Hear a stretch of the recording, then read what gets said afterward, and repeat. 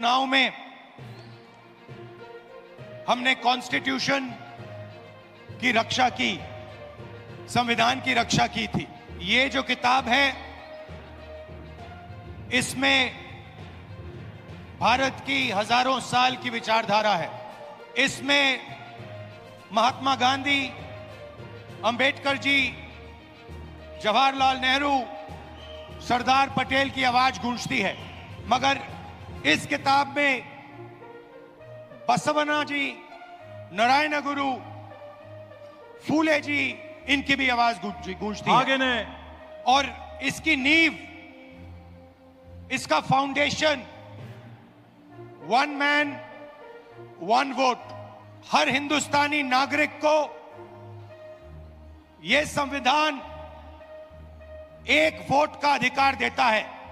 पिछले चुनाव में बीजेपी ने कहा, मोदी जी ने, इनके नेताओं ने इस पर आक्रमण किया, हिंदुस्तान की संस्थाओं को खत्म करके इस पर आक्रमण किया। पिछले चुनाव में हमारे सामने एक सवाल उठा, लोकसभा का चुनाव हुआ, उसके बाद महाराष्ट्र का चुनाव होता है।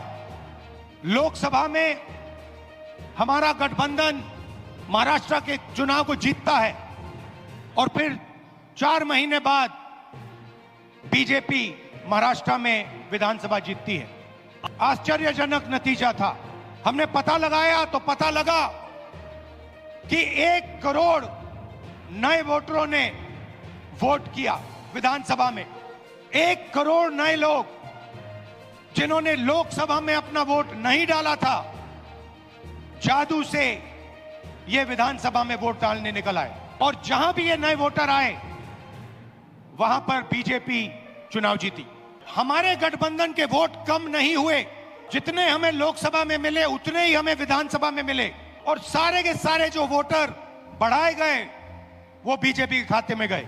उस दिन हमने डिसाइड किया कि कुछ ना कुछ दाल में काला है। कर्नाटक में हमारी जो सर्वेस थी, हमारी जो पोलिंग थी, हमें 15 या 16 सीट दे रही थी। हमारी पोलिंग के मुताबिक 16 सीटों में हम आगे थे, हमें जीतना था, और हम जीते 9 में। तो हमने सवाल पूछने शुरू किए, क्या सचमुच हम ये सीटें हारे थे? चुनाव आयोग से हम वोटर लिस्ट मांगते थे, electronic soft copy voter list की मांगते थे, वो मना कर देते। वीडियोग्राफी मांगी, उन्होंने नहीं दी, और फिर कानून बदल दिया, और फिर कहा कि 45 दिन के अंदर, 45 दिन के बाद वीडियोग्राफी को रद्द, खत्म कर देना चाहिए, डिस्ट्रॉय कर देना चाहिए। तो एक लोकसभा में हमने अपनी एनालिसिस शुरू की, बेंगलोर सेंट्रल की लोकसभा, और उसमें हमने एक विधानसभा चुनी, महादेवापुरा।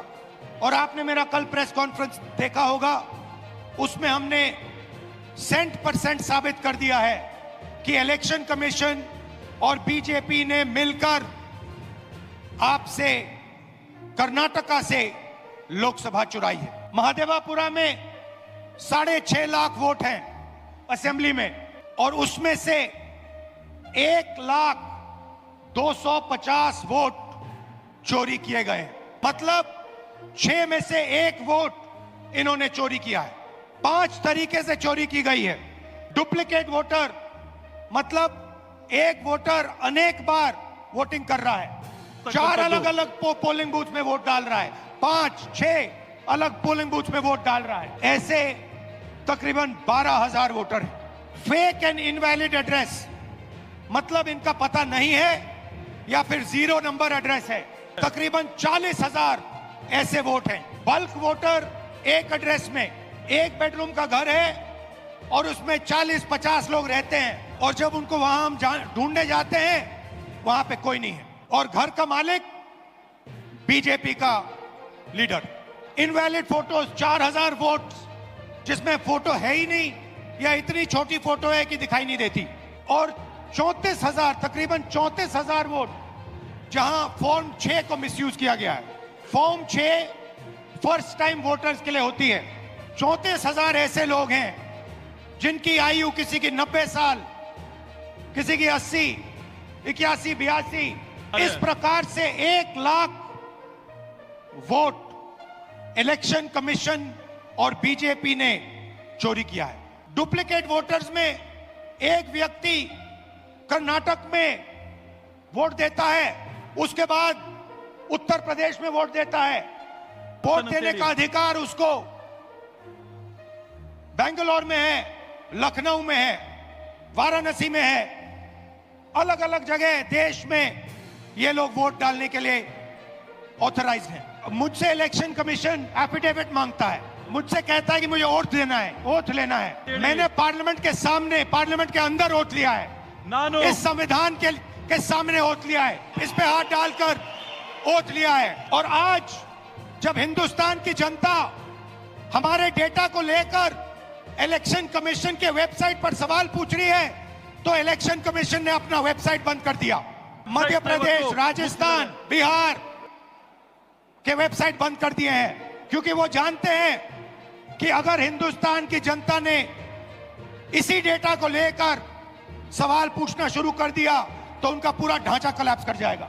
मैं यहां इस स्टेट से गारंटी देके कह रहा हूं, हमारी मांग है कि इलेक्शन कमीशन हमें पूरी देश की इलेक्ट्रॉनिक वोटर लिस्ट दे, वीडियोग्राफी के रिकॉर्ड्स दे, और अगर ये हमें देंगे तो हम ये साबित कर लेंगे कि सिर्फ एक सीट नहीं चोरी हुई है, और सिर्फ कर्नाटका में नहीं चोरी हुई है, पूरे हिंदुस्तान में सीटें चोरी हुई हैं। इलेक्शन कमीशन बीजेपी का नहीं है, इलेक्शन कमीशन संविधान के लिए काम करता है, और कर्नाटक में सीट चोरी की गई है। एक लोकसभा को हमने जांच करके निकाला है, मैं कह सकता हूं कि 1 से ज्यादा सीटें यहां चोरी हुई हैं। जो कॉन्स्टिट्यूशन का फाउंडेशनल आइडिया है, 1 मैन 1 वोट, इस पर इलेक्शन कमीशन और उसके सारे के सारे अफसर आक्रमण कर रहे हैं। इसका मतलब वो संविधान पर आक्रमण कर रहे हैं, हिंदुस्तान के गरीब जनता पर आक्रमण कर रहे हैं। और मैं उनसे कहना चाहता हूं,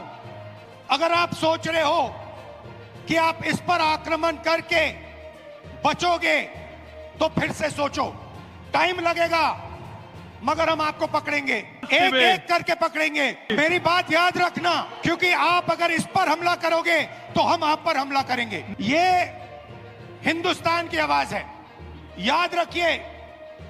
नरेंद्र मोदी 25 सीट की मार्जिन से प्रधानमंत्री हैं, 1 सीट हमने दिखा दी कि चोरी हुई है।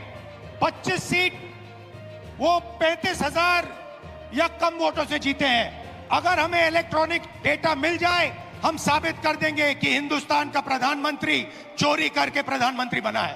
पूरे देश को यह सवाल पूछना चाहिए कि इलेक्शन कमीशन इलेक्ट्रॉनिक डेटा और वीडियोग्राफी क्यों नहीं दे रहा है। मैं लीडर ऑफ ऑपोजिशन हूं, मगर मैं अकेला नहीं बोल रहा हूं।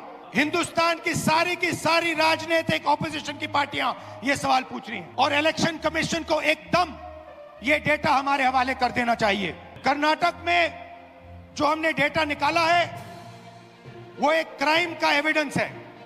6 महीने लगे हमें उस डेटा को निकालने के लिए। इतना बड़ा कागजों की पाइल थी। एक फोटो को लाखों फोटो के सामने कंपेयर किया है, हर एक नाम को चेक किया है, और हम मानते हैं कि हिंदुस्तान का पूरा जो डेटा है, इलेक्शन का डेटा है, वो एविडेंस है। और अगर उसको किसी ने डिस्ट्रॉय किया तो वो एविडेंस को डिस्ट्रॉय कर रहा है और उस क्राइम को आगे बढ़ा रहा है। और इलेक्शन कमीशन के लोगों को एक और बात माननी होगी, समझना होगा। हमें 1 सीट की सच्चाई निकालने के लिए 6 महीने लगे, मगर अगर आपने हमें डेटा नहीं दिया तो हम ये काम 1 नहीं 10, 15, 20, 25 सीटें में भी कर सकते हैं। पेपर कॉपियां हैं हमारे पास, आप छुपा नहीं सकते और आप छुप नहीं सकते।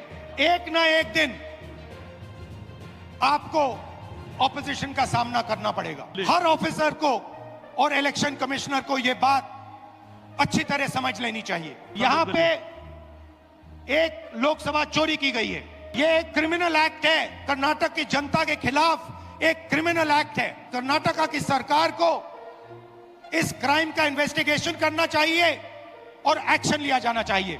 ये जो इलेक्शन कमीशन के ऑफिसर्स हैं, जिन्होंने 1000, 10,000, 15,000 लोगों को, फेक लोगों को वोटर लिस्ट में डाला है, इनसे सवाल पूछना चाहिए और महादेवापुरा की सच्चाई निकालनी चाहिए।